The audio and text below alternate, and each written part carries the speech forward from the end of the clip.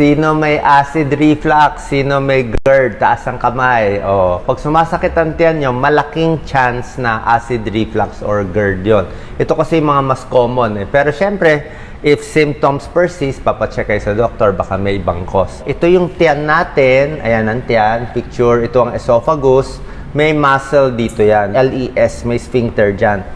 Pag lumawag yung muscle dito, aakyat yung kinain natin, yung pagkain, pati acid, aakyat sa esophagus. Mahapdi yun. Yun ang nagkokos ng gas-gas, hapdi. Pag umakyat pa sa lalamunan, pati vocal cords, pati ipin, masisira. Okay, yan ang acid reflux. Sa umpisa, ang acid reflux, yung gastric acid natin, aakyat lang yun. Nagre-reflux, bumabalik. Kung paulit-ulit, kung nangyayari 2 beses bawat linggo, pang matagalan, nagiging GERD na ang tawag. Nagiging disease na. Gastroesophageal reflux disease. Nagiging sakit na. Ano sintomas nito? Ganito sintomas. Tawag nila heartburn. Yan, parang umaapoy. Pero hindi naman talaga heart yun eh. Kala mo lang heart, pero stomach yun, papunta sa acid. Very uncomfortable yung feeling, nakakainis, nakakatakot. Medyo nakakatakot. Bakit nakakatakot? Kasi masakit siya eh. May impatcho pa yan eh. So, mahapdi dito. Diba? Hindi ka mapakali. Kala mo, masusuka ka ba? No? Nasusuka. Minsan, maasim lumalabas. Pag burp mo, maamoy mo maasim. Nababad breath. Chest pain. Yung iba, nahirapan huminga. Tapos yung lalamunan, lalo na sa gabi.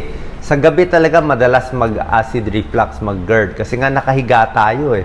Kaya paggising mo ng madaling araw, inom ako ng tubig para mahugasan. Yan ang home remedy ko sa acid reflux. Tubig, half glass every 15 minutes o sa gabi, inuman ko para yung acid, imbis na sirain yung ipin at boses ko, o hindi naman nasira boses ko ngayon, imbis na masira yan, imbis na magkaroon na ng mga ulcer dito sa lalamunan, nahuhugasan ng tubig yung acid ng sikmura natin. Kasi grabe yung acid ng sikmura natin, matapang yon. Ito 9 tips bukod sa tubig na sinabi ko. Manage your weight, huwag magpapataba. Mas mataba tayo, mas malaki tiyan, mas masikip eh. Mas mataas yung pressure sa tiyan, mas may ipit ang tiyan, mas akyat yung acid. Alamin ano ang good foods or bad foods para sa'yo, kanya-kanya. Pero merong mga survey na sa ibang tao ang nagtitrigger maasim, tomato sauce, tomato base. Pero sa akin, tomato, medyo kaya ko naman. Fatty foods, fast foods, puro mantika. Kung fatty foods kasi, kuwari prito, mas matagal po manatili sa tiyan. Matagal matunaw yung mga mamantika eh. Pero yung hindi mamantika, kanin lang, ulam lang, mabilis. Citrus fruits, lemon, calamansi, orange, dalandan. Very healthy to. Kinakain ko to after meals. Pag kumain na ako sa platong kanin, may ulam, pwede ko nalagyan ng acidic, okay na sa akin.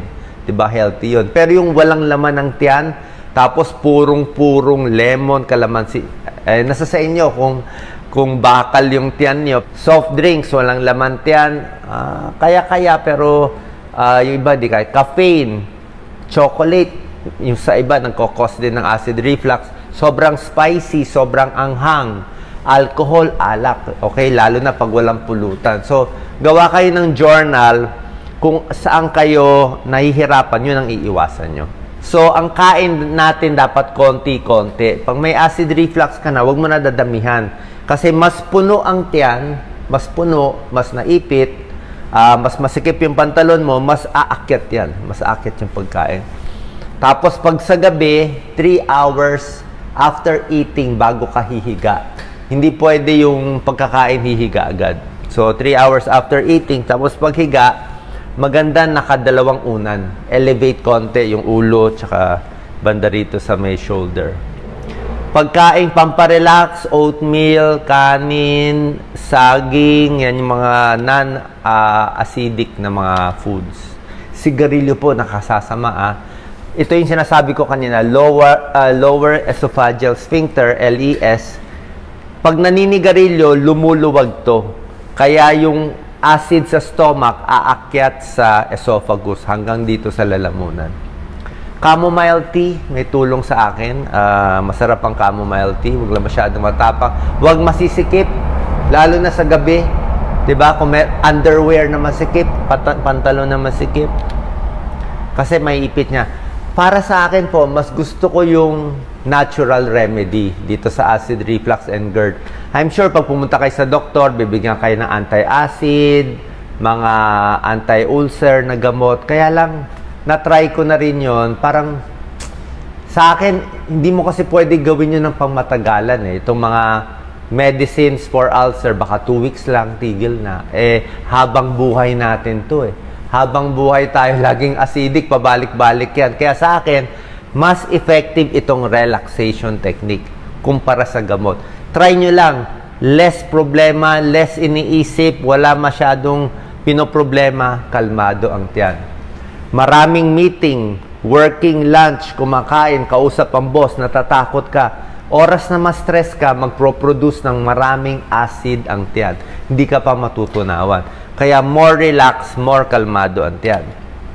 Positive outlook, sinabi ko. Kasi iniiwasan natin komplikasyon. Ito yung nakakatakot sa GERD. May komplikasyon. Pag malala, pwede ma-ulcer, pwede sumikip yung esophagus, hindi ka na makakain, pwede rin magka-cancer. Pero maliit lang naman yung risk. Kaya nga, iniingatan natin na huwag umabot doon. Ginagawa ko pa, after eating, maganda, naglalakad ako. Nakatayo, maglakad ka ng 10-15 minutes. Kasi with gravity, nakatayo tayo after eating, mas mabilis ang digestion. So, yung pagkain sa stomach, mas mabilis gumalaw, gagalaw yung small intestine, gagalaw yung large intestine. After 3 hours, 4 hours, nawala na yung pagkain, bumaba na. So, hindi ka na magre-reflux, di ba? Pero kung nakaimbak dyan sa tiyan yung pagkain, di ka gumagalaw, puro oily pa, mag-GERD tayo. Yan, napakasakit niyan. Anong pagkain iiwasan? Ito sa akin. Pag ito kinain ko sa gabi, mahirap matulog yan. Oo. Mahapdi. Parang ano ba yon? Maanghang. Basta parang feeling mo warm na makulo yung tiyan, maingay. Mararamdaman mo kurok, tutunog siya. Parang hirap siya tunawin. Lalo na kung mabilis ka kumain, kaya nga dahan-dahan ang kain. Tomato, citrus, depende sa iyo. Sa akin, parang okay naman siya. Ito mga oranges, after meals, okay sa akin. Tsaka malabnaw lang. Pero yung walang laman ng tiyan, minsan hindi kinakaya. Chocolate, depende sa inyo. Kung isang pirasong chocolate lang, pwede naman. Pero kung masyado marami, meron nga daw siyang component na nagpapaluwag ng sphincter, kaya mas nag-i-increase ang reflux. Spicy, ito hindi ko kaya, sili. Ay, mahapdi talaga to. Tsaka nagbo-burp. Kumukulo ang tiyan ko kasi aside from acid reflux, meron din tayong irritable bowel syndrome. Irritable bowel, laging makulo ang tiyan, minsan nagtatae, minsan matigas. May gabi na makulo lang siya. Wala lang dahilan, mag-iingay lang siya. Irritable bowel. So, magkakapatid yun. Irritable bowel syndrome, pati GERD, pati acid reflux. Mga magandang pagkain, syempre yung mga kanin na mainit, 'di ba? Warm foods, kalmado, warm water, tubig, saging, malaking tulong. Saging tumatapal yan sa tiyan eh. Kung may ulcer, pwede ang saging, kalahating saging, yan ang ginagawa ko. Tsaka tubig, gulay, wag masyadong spicy, oatmeal, carbohydrates, prutas na hindi citrus, melon, banana, apple, pears, ulam, pwede naman mga seafoods, egg whites, healthy fats, nuts, pwede rin po. Okay? Tigil sigarilyo, exercise is good para bawas stress at maganda yung digestion nyo, lalo na sa mga senior, mabagal ng galaw ng tiyan. Sit up straight para maganda bagsak, pagkakain, lakad-lakad. Konti-konti lang ang kain kasi pag pinuno mo ang tiyan, mag-overflow, luwagan ng baro, yan, loose and comfortable clothing. Kaya may ligaw sa mga Uniqlo maluwag kasi. Avoid heartburn triggers. Yan, kung ano nagtitrigger sa'yo. Dahan-dahan na pagkain, slowly. 3 hours after eating sa gabi bago hihiga. Bawas kape, bawas alak. Pag natutulog, 2 unan siya. So, ang do's and don'ts, ito ang don'ts, yung mga spicy, reduce pa konti-konti, healthy weight, yan po. Sana po nakatulong tong video para magamot ng acid reflux. Basta, kung malala na, lagi na kayong may sore throat, lagi nang sira yung boses, ingat po tayo. O lagi ng sobra hapdi, pa-check na tayo sa doktor, sa gastroenterologist. Mamaya, sisilipin yung tiyan ninyo, endoscopy. Pero, habang maaga pa, habang bata pa kayo, sundin nyo na tong payong to para hindi tayo umabot sa komplikasyon ng acid reflux at GERD. Salamat po.